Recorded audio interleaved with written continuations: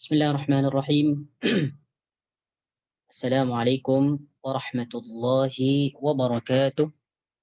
Alhamdulillahi rabbil alamin. Nahmaduhu wa nasta'inuhu wa nastaghfiruh. Wa na'udzu billahi min shururi anfusina wa min sayyiati a'malina. Man yahdihillahu fala mudilla lah wa man yudlilhu fala hadiya lah.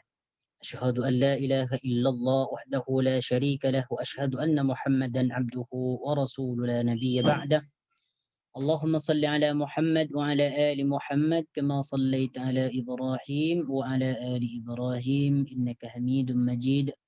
وبارك على محمد وعلى آل محمد كما باركت على إبراهيم وعلى آل إبراهيم إنك حميد مجيد. أعوذ بالله من الشيطان الرجيم. يا أيها الذين آمنوا اتقوا الله حق تقاته ولا تموتن إلا وأنتم مسلمون. اللهم لا سهل إلا ما جعلته سهلا وتجعل الحزن إذا شئت سهلا.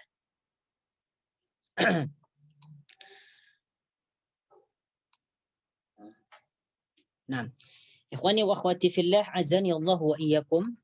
Nah, insyaallah pada kesempatan kali ini kita insyaallah akan mempelajari tentang gunnah musyaddadah atau wajibul gunnah. Minggu lepas kita sudah mempelajari tentang hukum nun mati atau nun sakinah dengan tanwin apabila bertemu dengan huruf hijaiyah yang 28. Di mana apabila nun mati dan tanwin bertemu dengan huruf hijaiyah, maka ianya mempunyai 5 hukum bacaan atau empat hukum bacaan ya, 4 hukum bacaan. Kalau diperinci mempunyai 5 hukum bacaan, atau kita boleh katakan 4 hukum bacaan, yaitu izhar khalqi, idgham yaitu idgham bila gunnah dan idgham ma'al gunnah. Kemudian yang ketiga yaitu iqlab, kemudian yang keempat adalah ikhfa haqiqi. Dan semuanya ini sudah dijelaskan. Semuanya sudah dijelaskan. Namun di situ ada muskil, ada sesuatu yang muskil, ada soalan tentang cara membaca huruf cara membaca nun mati atau tanwin apabila bertemu dengan huruf ba. Nah, berarti permasalahannya ada di iqlab. Hukum bacaan iqlab. Nah, iqlab ni seperti yang sudah dijelaskan bahwasanya iqlab yaitu menukar hukum bacaan nun mati kepada huruf mim. Ya. Menukar hukum bacaan nun mati kepada mim. Jadi nun mati tidak dibaca, akan tetapi ditukar kepada bacaan mim. Nah, oke.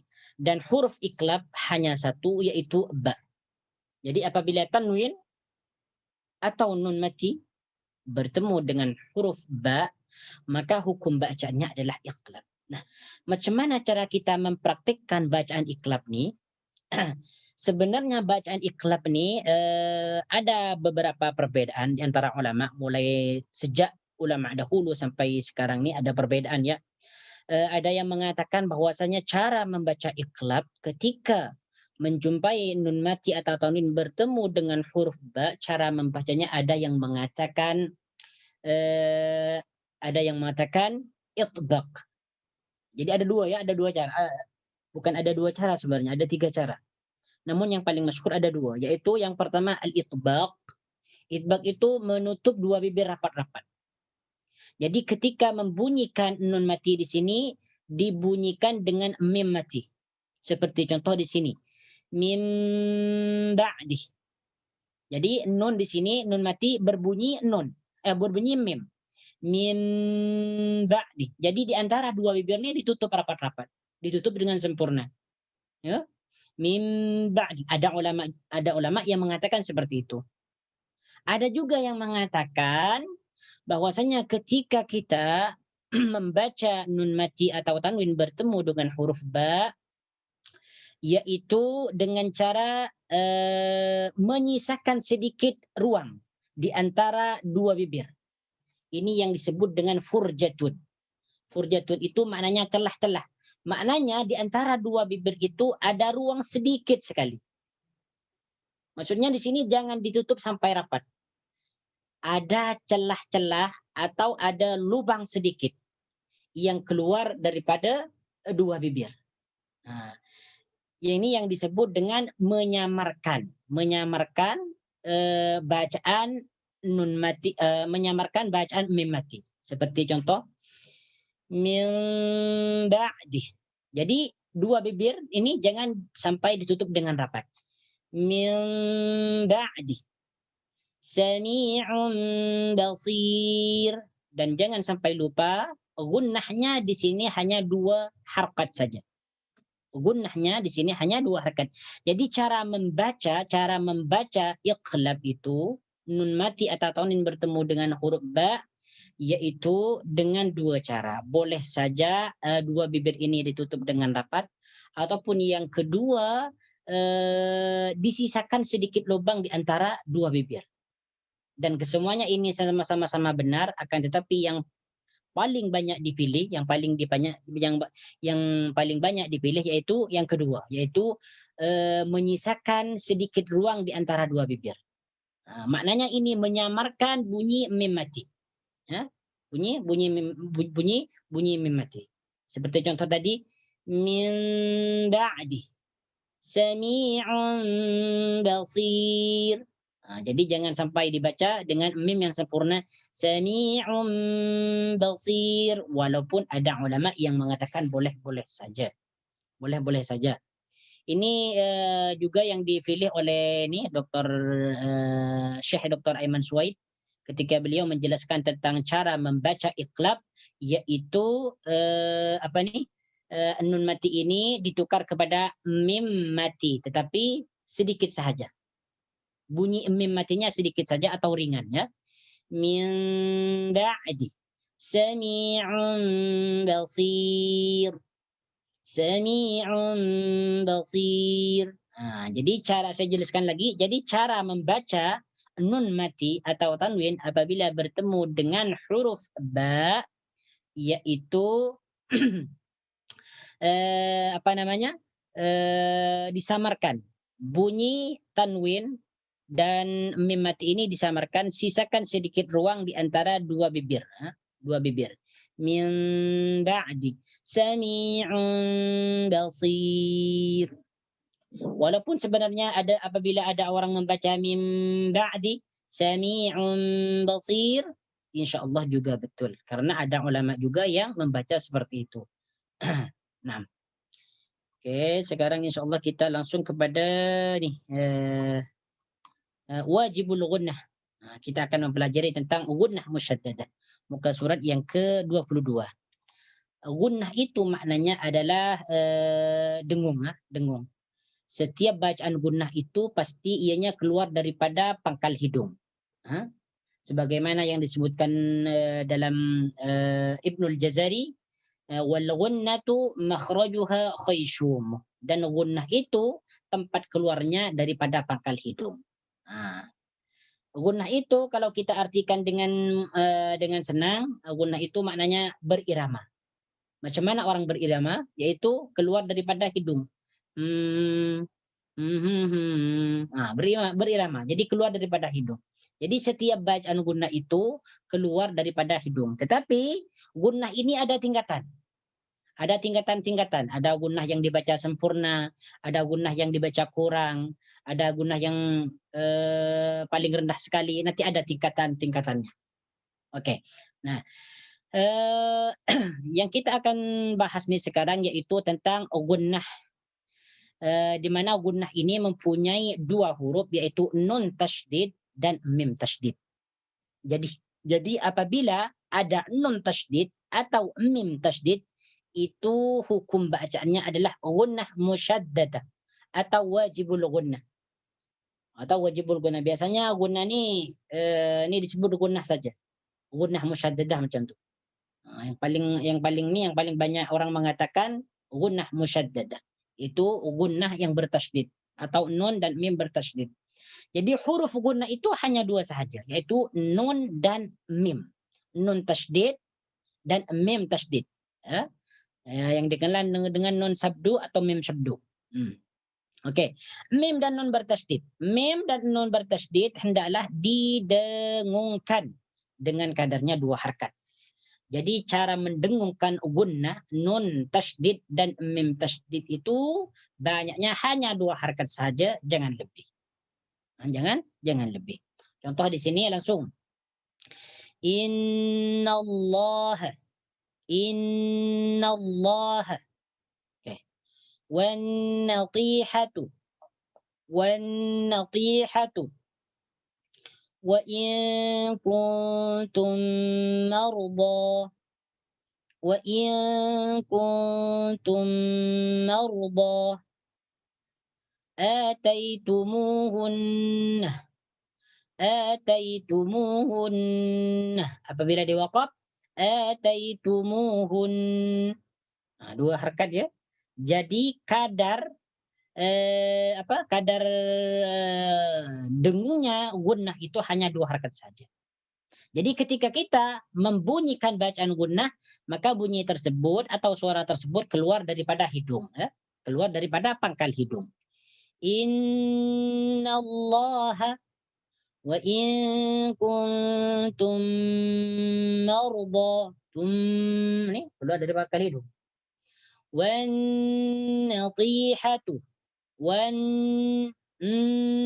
Keluar daripada hidung. Kalau kita tutup hidung kita, maka ianya tidak dapat diucapkan. Seperti kalau kita contoh, kita tutup hidung kita. Idnallah. Makanya gunnah itu keluar dari pangkal hidung. Sehingga apabila kita menutup hidung kita, maka gunnah tersebut tidak akan keluar.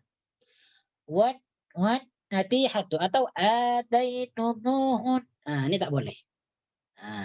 Makanya Ibnul Jazari mengatakan wal ghunnatu makhrajuha khayshumuh. Gunnah itu tempat keluarnya adalah pangkal hidung. Oke, contoh lagi. Jaa'a ahadun minkum minal gha'id. Jaa'a ahadun minkum minal gha'id. Jadi didengungkan ya, keluar daripada hidung. Dan kadar dengungnya hanyalah 2 harakat. Contohnya lagi. Ujurahunna muhsinin. Ujurahunna muhsinin. Jadi jangan sampai dibaca ujurahunna muhsinin. Ini salah. Jadi kena didengungkan ya, kena didengungkan dan kadar dengungnya 2 harakat. Jadi setiap kita membaca Al-Qur'an, kita menjumpai nun tasydid dengan mim tasydid, cara membacanya didengungkan sebanyak 2 harakat sahaja. Oke, contohnya lagi. Yajrimannakum. Yajrimannakum. Oke, lagi contohnya. Wa mimma razaqnahum. Wa mimma. 2 harakat sahaja. Di sini ada mim tasydid. Maka bacaan ini disebut dengan gunnah musyaddadah. Saya jelaskan lagi, setiap perkataan nun tasydid atau mim tasydid itu disebut dengan bacaan gunnah musyaddadah atau wajibul gunnah. Wajib gunnah, wajib dengung. Ya. Walaupun sebelum nun tersebut ada alif dan lam seperti bacaan wan natihatu. Ya. Jadi ini disebut gunnah juga. Oke. Ini ada dekat buku latihan. Buku latihan muka surat yang ke-22. Muka surat 22. Naam. Oke, kita langsung baca contoh ya. Kita langsung baca contoh. A'udzu billahi minasy syaithanir rajim. Wallahu khalaqakum min turabin thumma min nutfatin thumma ja'alakum azwaja.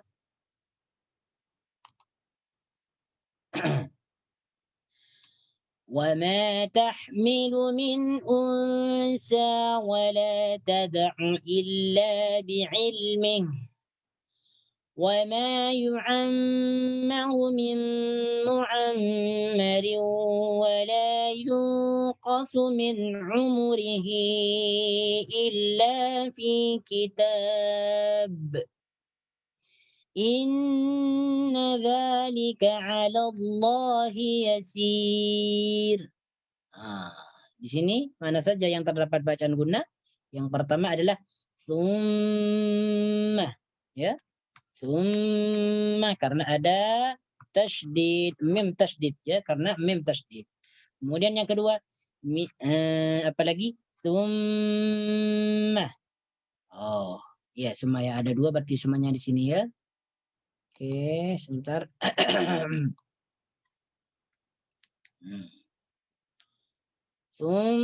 Ini yang pertama. Kemudian yang kedua, summa. Oke, kemudian yang ketiga, wama yu'ammar. Nih, yu'ammaru. Mu'ammarin.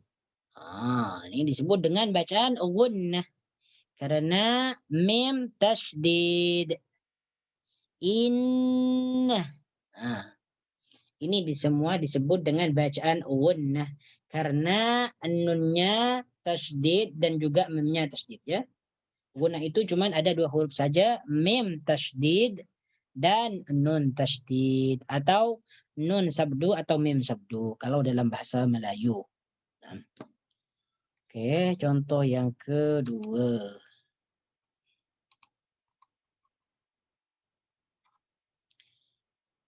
يولج الليل في النهار ويولج النهار في الليل وسخر الشمس والقمر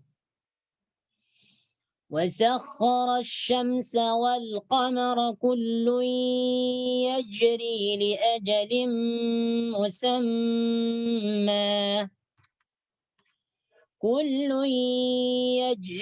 لأجل مسمى ذلكم الله ربكم له الملك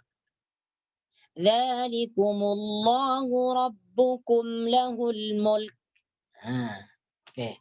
Ya, jadi di sini di mana yang disebut dengan hukum bacaan gunnah, yaitu yang terdapat dalam perkataan fin nahar, ya. Fin nahar karena di sini ada nun musyaddad atau nun tasydid. Mana lagi? Wa yulijun nahar. Mana lagi?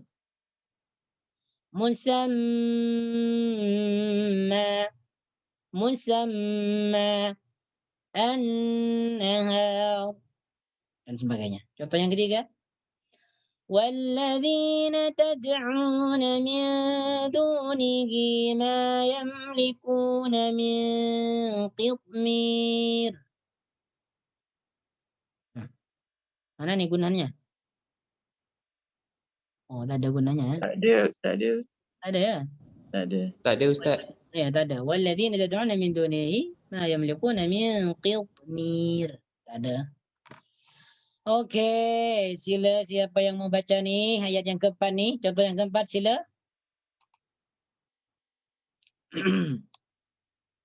Moga ada yang baca. Kalau tak ada yang baca, tak apalah saya baca. Saya try, Ustaz. Oke, sila. A'udzu billahi minasyaitonir rajim.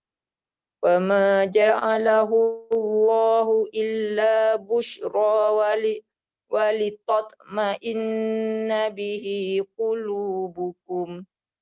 Wa man nasru illa min indillah.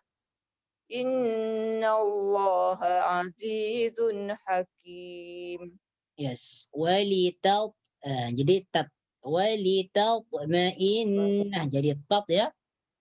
Tadi macam membaca tot, walitatma'innah. Yes. Okey, Ustaz, masih. Yes, naam, syukran jazilan, barakallahu fik. Oke, yang contoh yang kelima nih. Siapa yang mau baca? Ada?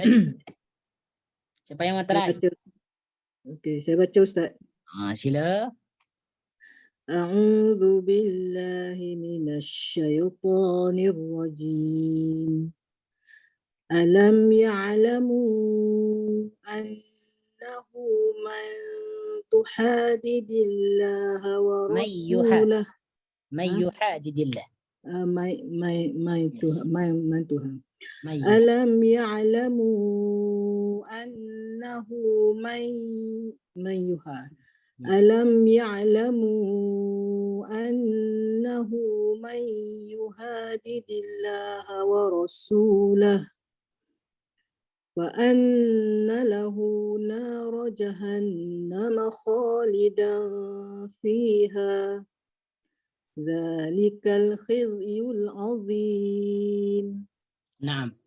Yes. Jadi annahu didengungkan an. Okey, mana dia yang disebut guna di sini? Annahu Yes, annahu. Kemudian mana lagi? fa anna lahu Fa anna lahu, naam, lagi? jahannam. Jahannam. Okey, lagi? Tak ada. Tak ada. 3 saja ya. Ya. Okey, sila sambung. Siapa yang mau sambung? Ayat berikutnya. Yahdharul munafiquna. Okey. Tak apa Ustaz, saya teruskan. Okey, sila teruskan. Yahdharul munafiquna an tunazzala alaihim suratun tunabbi'uhum bima fi qulubihim. Qul istahzi'u innallaha mukhrijum ma tahzarun. Yes. Mana nih hukum bacaan gunnah? Innallah. Yes. Innallah. Innallaha mukhrijum ma tahzarun. Okey, mukhrijum ma ni bukan ke? Ya, betul. Betul ke? Wajib gunnah juga. Wajib, wajib gunnah juga.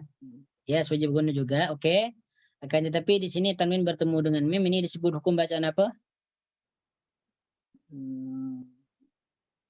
Idgham ma'al gunnah. Yes, idgham ma'al gunnah. Wajib gunnah juga. Okey, kemudian yang keenam. Contoh yang keenam. Okey. Nah, baca. للرجال نصيب مما ترك الوالدان والأقربون وللنساء نصيب مما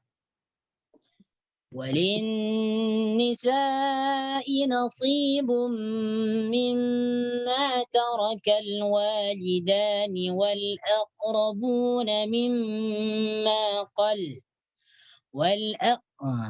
jangan dipanjangkan. Jangan terlalu dipanjangkan. وللنساء نصيب مما ترك الوالدان والأقربون مما قل منه أو كثر نصيبا مفروضا. Okey. Mana nih hukum bacaan gunnah? Wajibul gunnah. Yes. Mimma. Yes, mimma. Yes. Nasibum tu boleh juga. Kemudian mana lagi? Walinisa. Yes, walin nisa. Okey, kemudian lagi? Mimma lagi. Okey, kemudian? Mimma juga. Mimma qala. Yes, mimma qalla. Atau nasiban mafruḍa, ini juga wajibul gunnah, akan tetapi ini yang disebut dengan idgham ma'al gunnah. Kalau hanya gunnah musyaddada itu hanya huruf mim atau nun yang bertasydid saja. Naam. Oke, kemudiannya lagi. Ini ada pertanyaan tak sampai di sini. Oke, siapa yang mau baca nih? Coba ayat yang ke-6 sila baca dulu. Ada yang itu baca? Kalau tak ada kita sambung. Kita teruskan. Ustaz. Ya. Saya ada soalan. Silakan. Mana soalnya? Hukum wajibul gunnah ni Ustaz. Hmm. Dia mim dan hanya kepada mim dan nun bertasydid saja ke atau macam mana Ustaz? Yes, gunnah itu sebenarnya banyak. Dalam ikhfa pun juga ada gunnah. Idgham ma'al gunnah ada gunnah. Apalagi dalam iqlab pun juga ada gunnah. Tetapi yang wajibul gunnah di sini hanya kepada nun tasydid dengan mim tasydid. Ini yang disebut dengan hukum bacaan gunnah musyaddadah. Jadi apabila hanya nun tasydid saja atau mim tasydid saja, ini disebut bacaan gunnah atau gunnah musyaddadah. Adapun hukum-hukum yang lain seperti iqlab, ikhfa, kemudian idgham ma'al gunnah juga ada gunnah juga. Ada dengung juga. Di mana ketika ianya dibaca, gunnah tersebut terkeluar daripada pangkal hidung. Macam tu. Tapi untuk nun tasydid dengan mim tasydid ini biasanya untuk ni dia ada bab tersendiri. Ada pembahasan tersendiri. Ini yang disebut dengan gunnah musyaddadah. Gunnah musyaddadah itu hurufnya ada dua saja, nun tasydid dengan mim tasydid. Itu saja. Baik, terima kasih Ustaz. Nah, sama. Ustaz, Ada lagi ya? tanya sikit Ustaz. Ya. Jadi apa bezanya yang bertasydid musyaddadah tu dengan idgham Ustaz? Kalau idgham itu yes, enam. Okey. Okey dah. Jadi idgham ya. Idgham itu bezanya idgham dengan gunnah musyaddadah. Kalau idgham itu adalah memasukkan huruf memasukkan tanwin atau nun mati ke dalam huruf gunnah atau ke dalam huruf ikhfa yang dibaca gunnah lah, seperti huruf ikhfa, seperti huruf iqlab. Jadi bukan. Jadi yang dimaksud dengan idgham itu adalah memasukkan nun mati atau tanwin ke dalam huruf idgham. Ya, huruf idgham sudah dijelaskan ada 6 kan? Terkumpul dalam lafaz yarmiluna. Ya, nun, lam, ra, waw. Jadi apabila nun mati atau tanwin bertemu dengan huruf yang 6 ni, maka hukum bacaan tersebut disebut dengan idgham. Maksudnya idgham itu dimasukkan nun mati atau tanwin.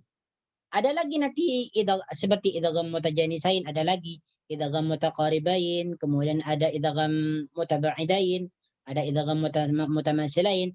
Itu juga disebut idgham karena memasukkan huruf mati ke dalam huruf hidup.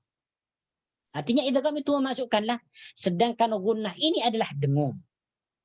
Dengung itu maksudnya suara tersebut keluar daripada pangkal hidung. Boleh tak dikatakan dalam tasydid tu kan, nun dimasukkan dalam nun Ustaz? Yang ni? Mim masuk dalam mim. Mim mati. Kalau dikatakan dimasukkan nun dalam nun atau mim dalam mim, itu tak disebut idgham sebab nun ini adalah nun asli, bukan nun mati bertemu dengan nun atau nun mati bertemu dengan mim. Ini hanya disebut dengan gunnah saja atau wajibul gunnah. Makanya di sini disebut wajibul gunnah, wajibnya gunnah walaupun ia tidak ada huruf mati sebelumnya atau huruf sakinah. Ini disebut wajibul gunnah, wajib gunnah saja walaupun dia tidak ada huruf mati sebelumnya, seperti hukum seperti nun mati atau tanwin yang bertemu dengan huruf idgham idgham ma'al gunnah. Jadi kita tak boleh mengatakan ini adalah idgham gunnah, tidak. Idgham ma'al gunnah sudah ada ya, sudah ada. Kalau idgham ma'al gunnah ada memang, yaitu memasukkan nun mati atau tanwin ke dalam huruf idgham dengan dengung. Hurufnya ada 4, iya, nun, min, waw. Sudah dijelaskan. Nah, seperti itu. Jadi ini hanya gunnah saja, gunnah musyaddadah atau wajibul gunnah. Itu sahaja. Naam. Wa in kuntum marda, yes, ahadum minkum, yes. Jadi wajib gunnah juga ya. Jadi apabila tanwin bertemu dengan mim atau mim bertemu dengan mim itu juga wajib gunnah. Akan tetapi ini hukumnya ada hukum tersendiri. Mim mati bertemu dengan mim disebut hukum bacaan apa nih? Mim mati bertemu dengan mim. Idgham? Masih ingat? Idam Mislain. mimi. Idgham Mislain. mislain syafawi. Mislain. Yes. Idam mimi. Idgham mislain syafawi atau Idam idgham mimi. mimi. Ada juga yang mengatakan idgham mislain shaghir. Ada juga. Yes. Nah, oke. Ahadun minkum. Oke, di sini ada mim tasydid. Oke, di sini tanwin bertemu dengan mim. Jadi di sini ada hukum tersendiri juga, yaitu disebut dengan apa nih? Tanwin bertemu dengan Idgham mim. ma'al Idam gunnah. al-qudah. Idgham ma'al gunnah. Wajib idgham juga. Mim bertemu mim dan sebagainya. Oke. Oke, apa lagi nih? Ada soalan lagi yang belum paham. Teori page berapa? Yang teori ini mana buku teori ini? 57. Kalau yang bukan, tak ada nih. Tak ada dalam buku teori, tak ada gunnah. Ada Ustaz, 51. Berapa? 51. 31. 51. 51. Oke, let's check. 51. Oh, nah nih, wajibul gunnah ada nih. Mim dan nun bertasydid. Ya, mim dan nun bertasydid. Sila antum rujuk nota ilmu tajwid muka surat yang ke-51 nih, tentang penjelasan tentang nun tasydid dan mim tasydid. Mim dan nun, oke saya bacakannya. Mim dan nun yang bertasydid hendaklah didengungkan dengan kadarnya 2 harakat. Ini sudah dijelaskan lah. Kecuali nun bertasydid dalam kalimat la ta'manna. Oke. Dalam surah Yusuf, di mana mengikut bacaan Hafs hendaklah dibaca secara hukum ismam atau raum. Ini insyaallah akan dijelaskan nanti. Ini yang disebut dengan raum. La ta'manna, jadi dimuncongkan. Nantilah akan dijelaskan lah. Insyaallah. Oke. Oke, ada pertanyaan berkaitan dengan gunnah? Tak ada ya? Kalau tak ada, Ustaz. ada ya. Oke. Sekarang kita akan belajar tentang alif hamzah wasal dan kaidah membariskannya. Alif atau hamzah wasal dan kaidah membariskannya. Oke, jadi kita ini sebenarnya kemuskilan yang sering dijumpai oleh pembaca-pembaca Al-Qur'an, di mana mereka selalu bertanya macam mana cara membaca hamzah wasal apabila ia berada di awal kalimat. Ini banyak pertanyaan. Oke. Jadi hamzah itu ada 2. Oke, sekarang kita pindah kepada hamzah ya. Dalam Nutani muka surat yang ke berapa nih? Dalam buku tajwid nih muka surat yang ke hamzah wasal. Oke, muka surat yang ke-57. Sila antum buka nota ilmu tajwidnya, muka surat yang ke-57. Jenis-jenis hamzah ya, jenis-jenis hamzah. Ini pun sama penjelasannya dengan dengan buku latihan tajwid nih, sama penjelasannya. Kita langsung kepada buku latihan saja. Oke. Sekarang kita akan mempelajari tentang hamzah. Hamzah itu dibagi kepada 2 bahagian atau ada 2 jenis hamzah. Yang pertama yang disebut dengan hamzatul qat'i atau hamzah qata'. Hamzah qata' itu adalah hamzah yang tetap atau pasti. Maksud dia adalah hamzah tersebut berbaris tetap, tidak berubah wujud, baik di kala permulaan, di kala sambung atau di kala sambung ya. Jadi hamzah yang disebut dengan hamzah qata' itu adalah hamzah yang tidak berubah harkatnya. Kalau dia harkat dhammah, dia dibaca dhammah. Kalau dia berharkat kasrah, dibaca kasrah. Kalau berharkat sukun, dibaca kalau sukun dibaca sukun. Kalau fathah dibaca fathah. Itu hamzah qata'. Hamzah qata'. Nah, oke, hamzah qata' ini biasanya ada di permulaan, juga ada di pertengahan kalimat, juga ada di akhir kalimat. Itu hamzah qata'. Oke. Hamzah qata'. Oke. Dan hamzah qata' ini terdapat dalam kalimat isim atau kata nama atau kata benda, atau terdapat dalam kalimat fi'il juga, dalam kata kerja. Ada juga ya. Dan kalimat huruf ada juga. Jadi hamzah qata itu boleh kita jumpai dalam kata isim, kata benda, atau dalam kata fiil, kata perbuatan, atau dalam kata huruf. Contohnya di sini. Amsakna. Yes. Amsakna. Amsakna. Ini hamzahnya disebut dengan hamzah qata. Hamzah qata. Kemudian uhillah. Uhillah hamzah disebut dengan hamzah qata. Kenapa ini disebut dengan hamzah qata? Karena hamzahnya tetap tak boleh dirubah barisnya. Ya, tak boleh dirubah barisnya apabila bertemu dengan sebab-sebab lain. Amsakna, uhilla. Okay, jadi yang disebut dengan hamzah qata itu adalah hamzah yang tidak berlaku perubahan barisnya. Jadi barisnya tetap. Nah, beda dengan nanti dengan hamzah wasal. Oke, kita langsung pada praktek nanti. Oke, kita tengok dalam buku teori kita nih. Oke, di sini tidak ada contoh. Oh, nih kaidah membariskan alif wasal nih. Insyaallah kita akan menjelaskannya nanti. Oke, kemudian yang kedua hamzah wasal. Wasal itu adalah penyambung atau menyambungkan. Jadi hamzah wasal yang dibaca sambung. Apa yang dimaksud hamzah wasal nih? Hamzah wasal itu adalah hamzah yang tidak mempunyai baris. Ya. Jadi hamzah wasal itu tidak mempunyai baris atau ianya tidak dibaca. Wujud dalam bacaan hanya dikala hendak memulakan bacaan bagi perkataan tertentu. Jadi hamzah wasal itu hanya dibaca apabila berada di permulaan bagi perkataan tertentu.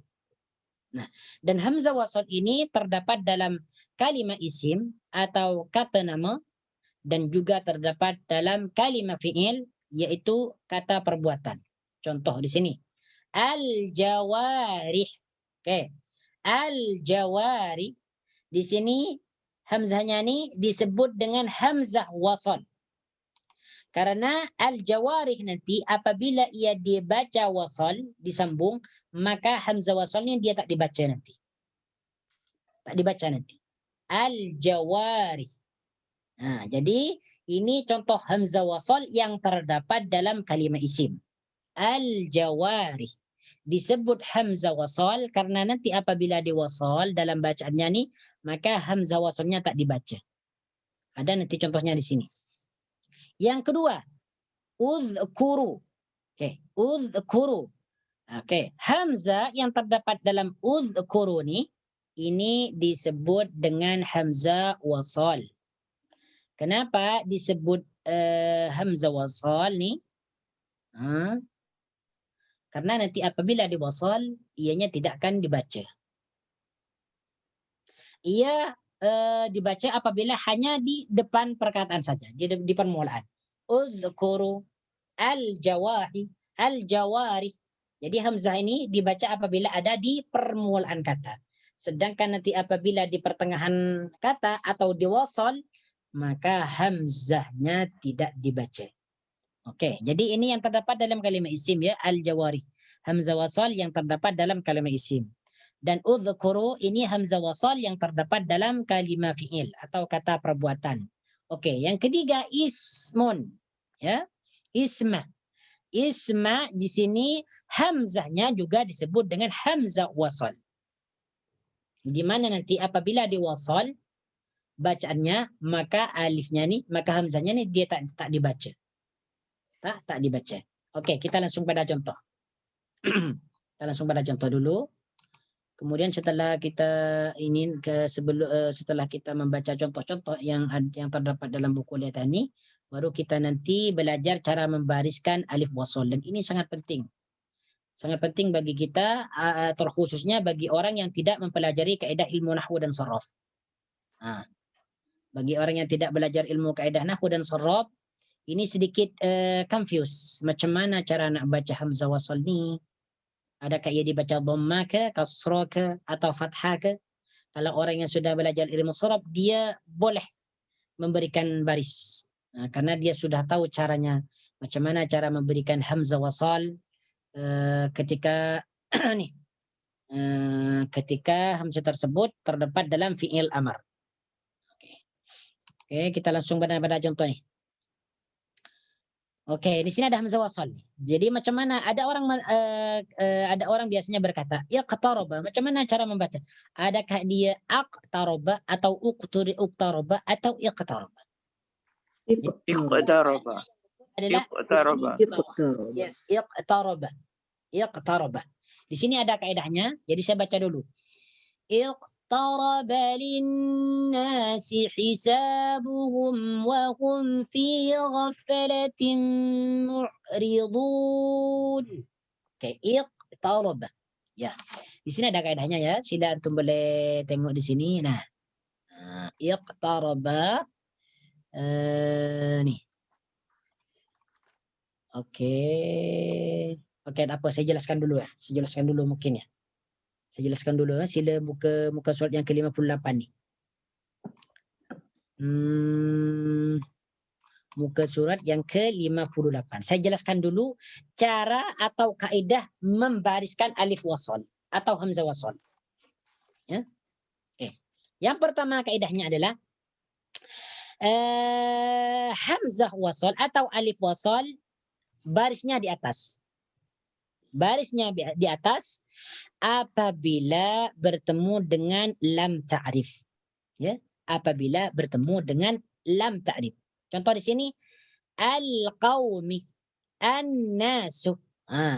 Jadi cara membaca hamzah wasal atau alif wasal yang terdapat dalam al-qaumi yaitu alif wasalnya dikasih baris atas karena bertemu dengan lam ta'rif. Ini lam ta'rifnya.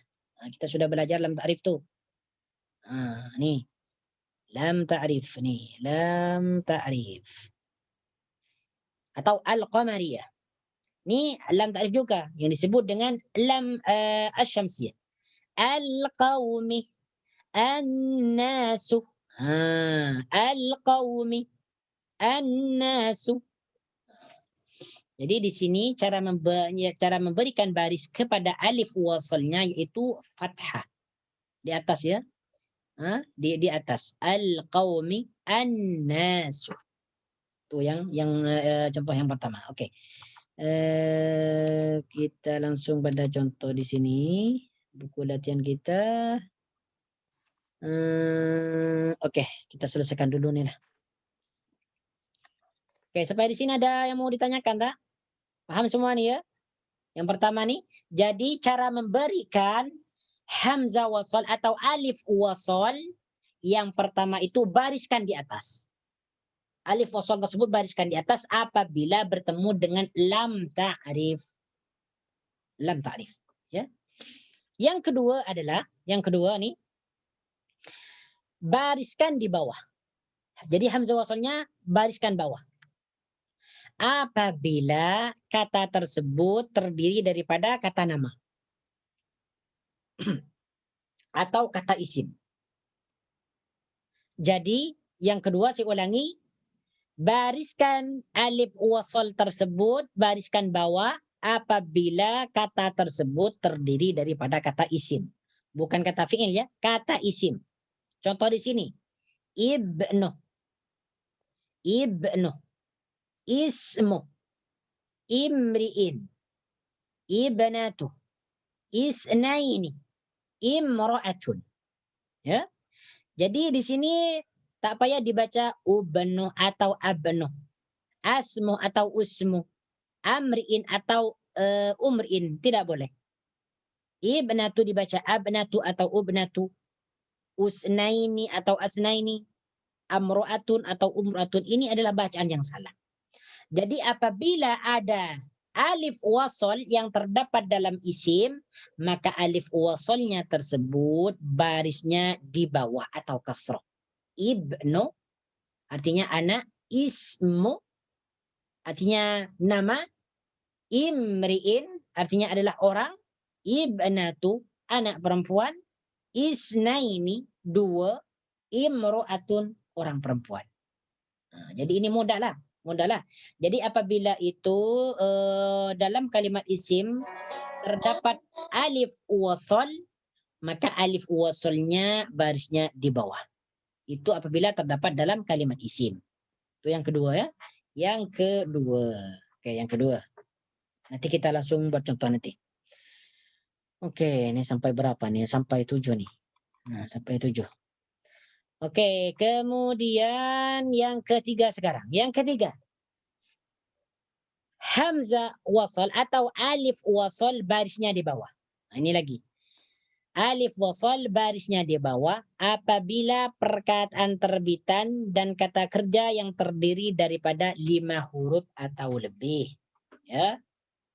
Jadi apabila ada perkataan terbitan atau kata fiil lebih daripada 5 huruf yang diawali alif wasal, maka baris alifnya adalah di bawah atau kasrah.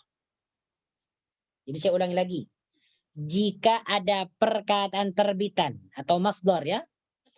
Jadi jika ada perkataan terbitan atau kata fiil yang hurufnya lebih atau terdiri daripada 5 atau lebih, maka alif wasalnya adalah harokat kasroh. Contoh, iftira'ah. Iftira'an 'ala Allah. Ibtigha'a wajhillah. Ibtigha'ah. Nah, ini hurufnya lebih daripada 5. Oke, kita hitung if 1 2 3 4 5. 5 ya. 1 2 3 4 5 6. 6 ya, 6. Iftira'ah 1 2 3 4 5 6 ya, 6 ya. Oke. Jadi di sini cara memberikan baris kepada alifnya yaitu di bawah. Ibtigha'a karena kata terbitan ini terdiri daripada 5 huruf atau lebih. Kemudian yang lebih daripada 5 huruf.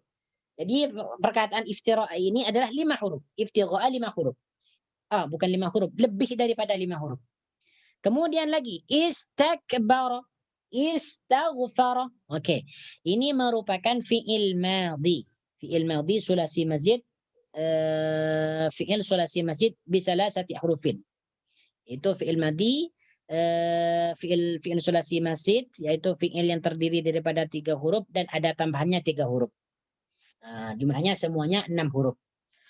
Oke, istakbara, istaghfara, istakbara, istaghfara. Cara memberikan baris kepada alifnya yaitu di bawah.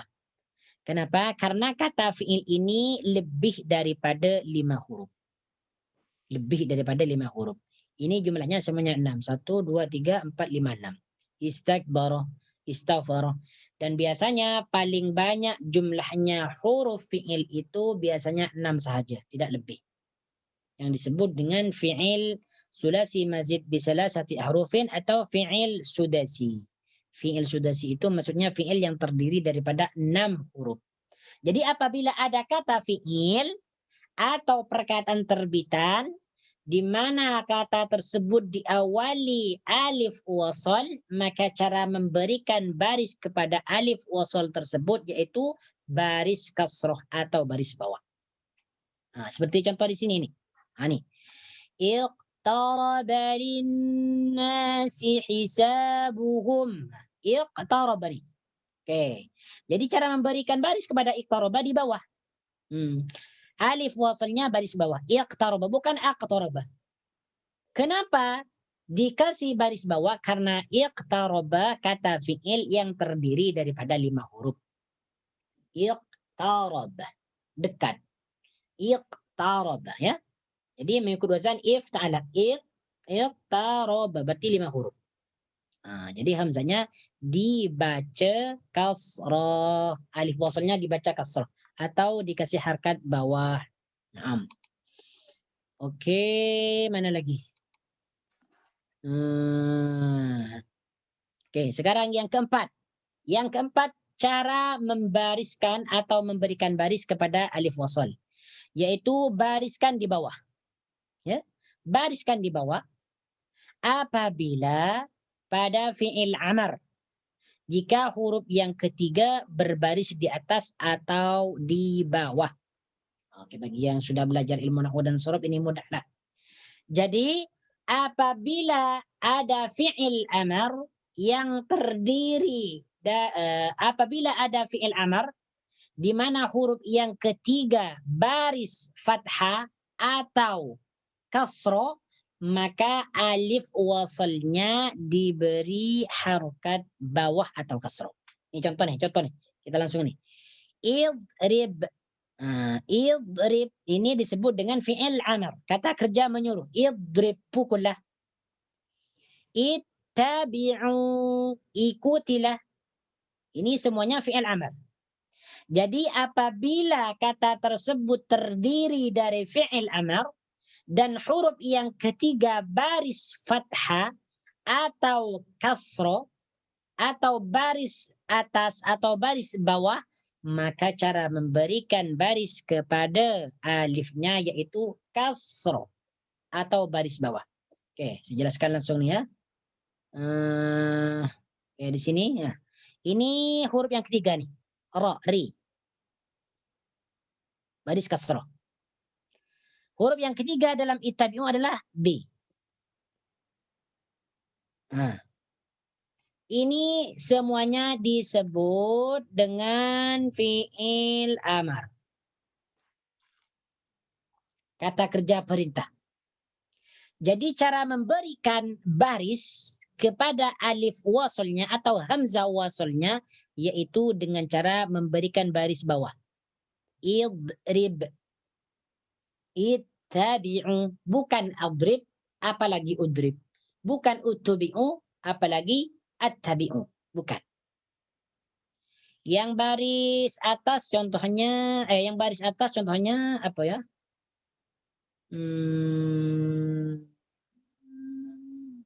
Iftah, yes. Dalam Al-Quran dalam Rabbana iftah bainana. Oke. Iftah. Ada dalam Al-Quran nih. Iftah. Oke. Oke, sekarang ini iftah juga disebut dengan fi'il amar. Ya, fi'il amar. Iftah, bukalah. Oke. Huruf yang ketiga berbaris atas atau fathah. Ini perhatikan. Maka cara memberikan baris kepada alif wasalnya adalah di bawah. Iftah. Bukan aftah. Apalagi uftah. Jadi iftah. Ini contohnya. Oke, untuk ini ada pertanyaan tak? Yang berkaitan dengan nih kaidah yang keempat nih. Kaidah cara membariskan alif wasal. Ya. Kalau kita berpandukan kaedah yang ni aja tak betul sebab selama-lama ni saya gunakan kaedah yang ni lah. Saya tak tahu yang ustaz kata yang ada ikut kata nama apa benda semua tu. Tak betul tak semestinya ikut yang macam ni. Kalau baris ketiga dia atas dan bawah tu baris bawah, dan kalau huruf ketiga dia baris depan dia akan depan macam tu. Tak semestinya macam tu ya ustaz. Memang semestinya macam tu. Jadi apabila kata tersebut, anggaplah kata tersebut terdiri dari fi'il amar dan huruf yang ketiga fathah dengan kasro, maka cara membariskan alif wasalnya kasro. Nah, apabila nanti huruf yang ketiga baris hadapan yaitu dhammah, maka cara membariskan alif wasalnya dhammah. Ini ada yang belum dijelaskan lagi. Tapi sebab tadi Ustaz ada yang kaedah yang lain-lain tu yang atau kalau dia kata Ustaz kata tadi yang kata nama Ibnu apa tu itu tak sama. Oh sama juga. Kalau saya ingat yang betul. Macam mana? Kalau saya ingat kaedah yang ni aja betul ke? Untuk semua perkataan ke? Tak betul. Tak semestinya. Kalau cuman ikut ini saja nanti tak betul juga nih. Tak betul. Jadi ini kaedah-kaedah ni dia asing lah. Jadi kaedah yang 1 dengan 2, 3, 4 ni tak sama. Oh, saya kena ingat semua kaedah tu lah. Kena ingat. Okey. Kalau yang ni, kalau kaedah yang 4 ni mudah je. Kalau kita bertemu dengan fi'il amar, dan huruf yang ketiga adalah dhamma, fathah atau kasrah, maka baris alif wasalnya kasrah, mesti kasrah. Tapi Ustaz bagi kita Ini yang kalau kata fi'il lah, kalau kata fi'il. Kalau isim tadi kan sudah disebutkan ya di atas nih, kalau isim. Ustaz, Ya, Ustaz, ya. Ustaz. Oke. Kalau Jap, tak jap. belajar bahasa Arab memang tak tahu Ustaz. Yes, memang seperti itu. Nih, kalau kata nama, apabila kata nama tersebut diawali alif wasal, kata nama macam ni, maka kata alif wasal tersebut barisnya adalah kasrah. Nih sudah dijelaskan nih. Ibnu, ismun, imri'in, ibnatu, isnaini, imru'atun. Yang lebih utama lagi apabila sudah belajar bahasa Arab, tahu maknanya, kemudian pernah belajar nahwu, insyaallah mudah sekali. Mudah. Nah, lagi tadi apabila alif wasal bertemu dengan lam ta'rif atau lam qamariyah atau lam syamsiyah, maka cara membariskan alifnya yaitu di atas atau fathah. Al-qaumi, an-nasu. Jadi beza ya, kaidah yang keempat dengan yang ke-1, yang kedua, yang ketiga ini tak sama. Sebab lafadznya atau kalimatnya berbeda, lain. Tetapi topiknya adalah memang alif wasal. Jadi alif wasal itu terdapat dalam beberapa kalimat yang berbeda. Terdapat dalam kalimat isim yang bersama dengan lam ta'rif, terdapat dalam kalimat isim terbitan, terdapat dalam kalimat fi'il amar, dan sebagainya. Seperti itu. Oke, kita selesaikan dulu. Oke, kemudian yang kelima. Nih yang kelima. Udah disinggung tadi nih. Kelima nih. Nih Baris ni salah kan patutnya depan. yang lima nih bukan fathah nih, dhammah. Domah baris depan. Baris hadapan nih, bukan baris Ya. atas. Salah. Mungkin salah nih, salah type. Jadi yang oke, yang kelima nih coba ambil perhatiannya. Sudah dengarkan untuk yang kelima nih, kaidah yang kelima nih. Oke. Kaidah yang kelima ini wallahu alam. Mungkin ada kaidah lain ke, tapi kalau serasa anda tak jumpa kot yang apabila nih. Oke, saya jelaskan dulu. Bariskan di hadapan nih. Kaidah yang kelima nih. Bariskan di hadapan atau dhammah. Ini bukan di atas ya. Bukan di atas. Pada fi'il amar, jika huruf ketiganya berbaris di hadapan. Berbaris di hadapan ya. Jadi bariskan di hadapan atau dhammah, bukan fathah. Atau bukan di atas. Oke. Ya.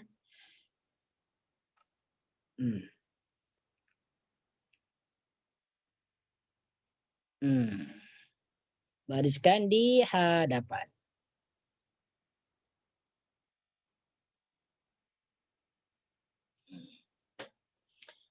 Jadi kaidah yang kelima nih, ini masih dalam fi'il amar. Jadi apabila fi'il amar, huruf yang ketiga barisnya hadapan atau dhammah, maka cara membariskan alif wasalnya atau hamzah wasalnya adalah dhammah juga. Berarti ya sama.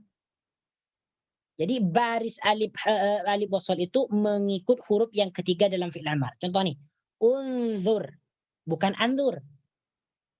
Kalau dibariskan di atas nih maknanya anzur. Ini anzur bukan fi'il amar, anzur. Unzur yang betul adalah unzur. Unzur ya. Jadi di sini bariskannya di hadapan, bukan di atas ya. Oke, kemudian contoh yang kedua, uqtulu. Oke. Di sini huruf yang ketiga adalah ta, tu, berbaris dhamma atau hadapan. Ya, atau hadapan. Baris hadapan itu adalah dhamma, ya, dalam bahasa Arabnya. Oke. Ana tanya sama antum. Antum ini sudah paham kan tentang baris dalam perkataan Arab kan? Harkat dhamma, fathah, kasrah, paham semua kan? Faham Ustaz, faham. Faham Ustaz. Yes, alhamdulillah kalau paham. Sebab kemarin itu ada murid juga, ada murid dekat rumah, tapi dia tak paham apa ini maksud dhamma, fathah, kasrah. Karena dalam Melayu dia cakap biasa kita panggil nih baris hadapan, atas, depan macam tu kan? Betul kan? Ya, Melayu dengan Arab lain. Selalu Ustaz. dia orang belajar Melayu saja Ustaz. Itu pasal dia tak tahu yang Arab tu. Tapi Siapa ini yang boleh pergi sekolah agama je Ustaz. Yang pergi Oh. sekolah agama belajar. Yang sekolah Oh. kebangsaan tak belajar. Tapi kalau yang dulu-dulu nih, bagi yang dah tua-tua nih biasanya belajar nih ada baris hadapan macam tu kan. Di Ya, sadar ya Ustaz. atas. Samalah dengan sana sebenarnya. Sekarang kita dah pandai Ustaz. Alhamdulillah, alhamdulillah. Action lah Kak. Takut tak paham, makanya saya ni. Tapi ini boleh dipraktikkan, boleh diamalkan. Ini adalah ilmu. Jadi kita tak hanya bergantung kepada bahasa kita saja. Jadi kalau kita mendengarkan dalam YouTube harkat dhamma atau istilah dhamma, istilah sakinah, istilah fathah, kasrah. Jadi kita ada ilmu lah, boleh paham lah. Tengok huruf ketiga sahaja tak boleh ya Ustaz. Tengok huruf ketiga sahaja tak boleh. Yes, boleh. Tengok huruf yang ketiga. Jadi kalau fi'il amar, huruf yang ketiga itu fathah dengan kasrah. Jadi baris alif wasalnya kasrah. Kalau huruf yang ketiga dalam fi'il amar tersebut barisnya dhamma, maka alifnya baris dhamma juga. Jadi kaidah yang kelima nih ya. Unzuru, huruf yang ketiga adalah huruf dha. Ya, huruf dha. Uqtulu, huruf yang ketiga adalah ta, tu. Jadi baris hamzahnya mengikut huruf yang ketiga. Unzuru, uqtulu. Nah. Oke, sampai di sini ada muskil tak? Ada soalan nih? Ada yang kelima nih? Cara memberikan alif wasal. Ustaz. Kenapa? Untuk boleh gunakan untuk fi'il amar saja Ustaz kan? Kalau Yes. kata nama tak boleh dah. Dah tak boleh. Yes, tak boleh. Ini kita menjelaskan tentang fi'il amar saja. Kaidah yang keempat dengan yang kelima ini adalah khusus kepada fi'il amar. Nah, sekarang yang keenam. Nih, yang keenam nih. Oke, sudah perhatikan yang keenam nih juga. Bariskan di bawah. Jadi alif wasal bariskan di bawah. Bila alif wasal itu bariskan di bawah, yaitu fi'il amar berikut. Ya, fi'il amar berikut itu nih. Iqdu, imshu, ibnu, imdu. Untuk tadi sudah dijelaskan kan, apabila huruf yang ketiga dalam fi'il amar itu dhamma, maka alif wasalnya juga dhamma. Kecuali dalam fi'il amar yang 5 nih. Nih, kecuali yang nih. Oke, kita tengok. Fi'il amar nih, ini semuanya fi'il amar nih. Itu nih, iqdu, imshu, ibnu, imdu nih fi'il amar. Kata suruh semua. Kata perintah semua. Itu nih, kata yang ketiga adalah ba'ata. Ta kan? Barisnya hadapan dhamma. Itu. Oke, kemudian yang kedua. Iqdu. Kata yang ketiga juga baris dhamma, yaitu huruf dhad. Iqdu. Imshu. Kata yang keempat juga baris dhamma. Ibnu. Kata yang keempat pula. Kata yang ketiga maksud saya. Ibnu. Dhamma juga kata huruf yang ketiga. Imdu. Dhamma juga huruf yang ketiga. Oke. Kenapa di sini tak boleh dibariskan kasrah alif wasalnya? Karena baris yang ketiga ini bukan baris asli ya. Bukan baris asli ini. Yang ketiga nih. Baris aslinya adalah ti. Ata ya'ti. Baris aslinya. Sama dengan iqdu, qada yaqdi, iqdi. Baris aslinya adalah di bawah. Di. Imshu, masya, yamshi. Imshi. Ini kalau bahas panjang nih berkaitan dengan ilmu nahwu lah. Ilmu sarraf, bukan ilmu nahwu, ilmu sarraf. Jadi pengecualian ya, kaidah yang keenam ini pengecualian daripada kaidah yang kelima.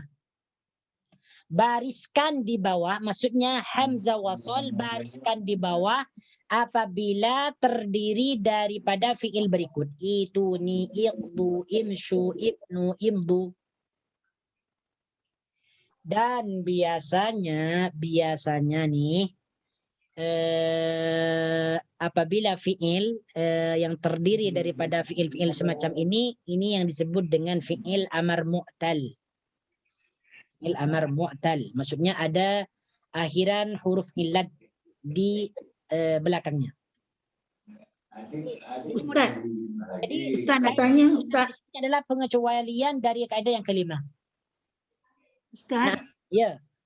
nak tanya. Ya. Bukan asli tu maksud dia apa Ustaz? Bukan asli. Bukan asli Baris itu. Yes. Yang bukan asli itu maksudnya dia harkatnya nih berubah, diganti kepada harkat lain.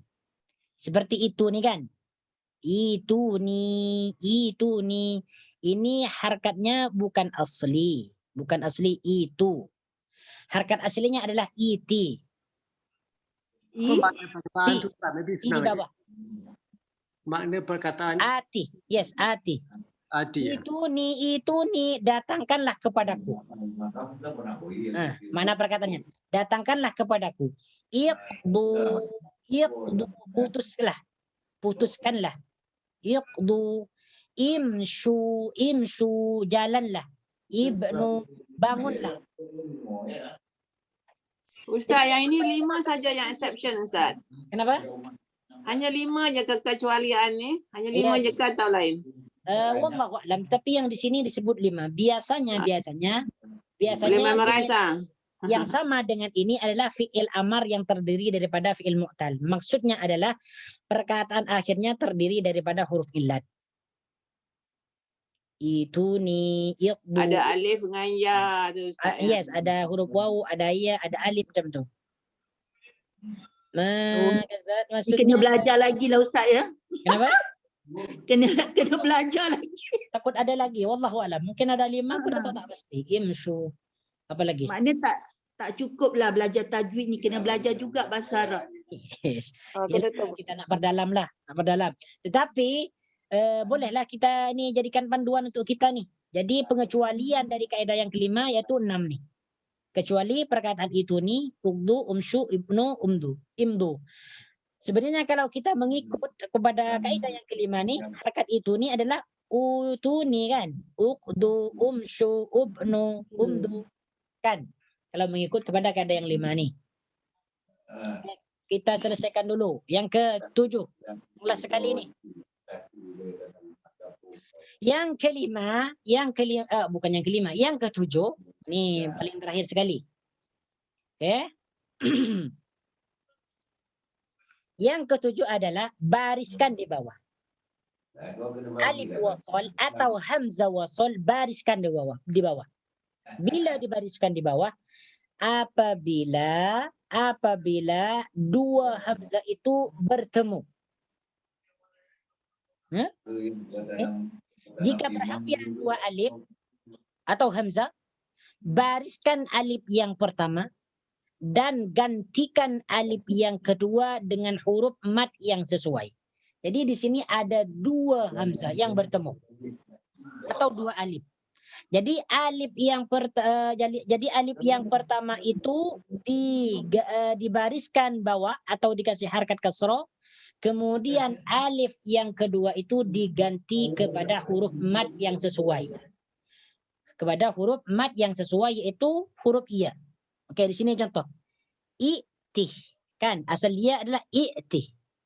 Kemudian di sini dibaca itih. Jadi hamzah yang kedua ini diganti dengan huruf mad iya.